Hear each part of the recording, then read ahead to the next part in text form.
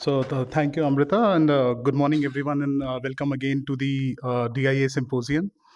We are absolutely delighted to see such enthusiastic response. Amrita got a call yesterday at 11:30 in the night asking for whether they can attend the event or not without registration. So clearly, there is a great appetite for content and knowledge shared by the experts. And this should hopefully be good news for METI as well, that inputs will come thick and fast. Well, yeah, hopefully good. Yeah, because as we were discussing with Rakesh, that the divergent inputs can also paralyze actions in pursuit to find the right harmony and the perfect balance. As Amrita mentioned, that we plan to organize more of these sessions on the Digital India Act, online, offline, in multiple cities over next few months. We would also like to thank Disney for supporting us for this symposium and hopefully for more to come. In today's session, we reflect on the journey of the IT Act with the first panel and discuss on ways to create an optimum regulatory framework for cybertech data realm to match India's needs and aspirations. So we have come a long way from the IT Act recognizing electronic records and digital signatures, now striving to be relevant in the transformed landscape over the past 2 decades through amendments and various rules, like most recently the intermediary rules that we have seen floated over the years.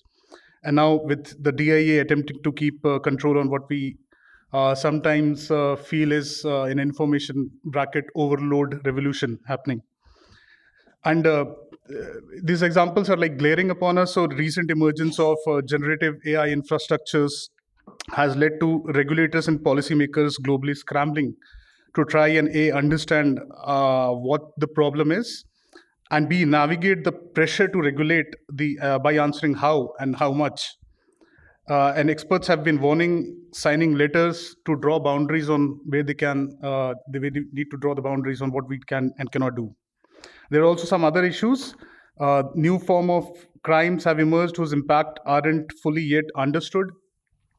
Then we have the digital competition issues, concentration of infrastructure, network, and platform power, aspect of socio-technological development, on how do we craft the open, safe, trusted, and accountable internet with the METI's vision. How do we regulate content, and how do we devise an agile regulator and institutional mechanism? And we all are hopeful that this will be addressed in the upcoming Digital India Act. It would require extremely careful analysis on defining the scope, the inclusion exclusions, the limits of a single regulatory framework. But as METI has put out, in conjunction with other pieces like DPDP, the data governance policy, telecom and other sectoral laws, a fractal structure is ready to be laid out. If the IT Act was the basement, the DIA will be the ground and the first floor simultaneously for regulating digital ecosystems and blocks. And getting it right would not only unlock potential for the Digital India goals that we have set up, but also add significant strategic weight. This conference brings together scholars, practitioners, public interest advocates, industry representatives, policymakers, and leading voices in various contexts and at varying scales. The idea and intent, as Amrita was saying, is to provoke more thoughts. We do hope for your active participation throughout the day, so please engage, except the abusive language and personal attacks, as we don't intend to regulate much. With that, thank you once again for joining us today.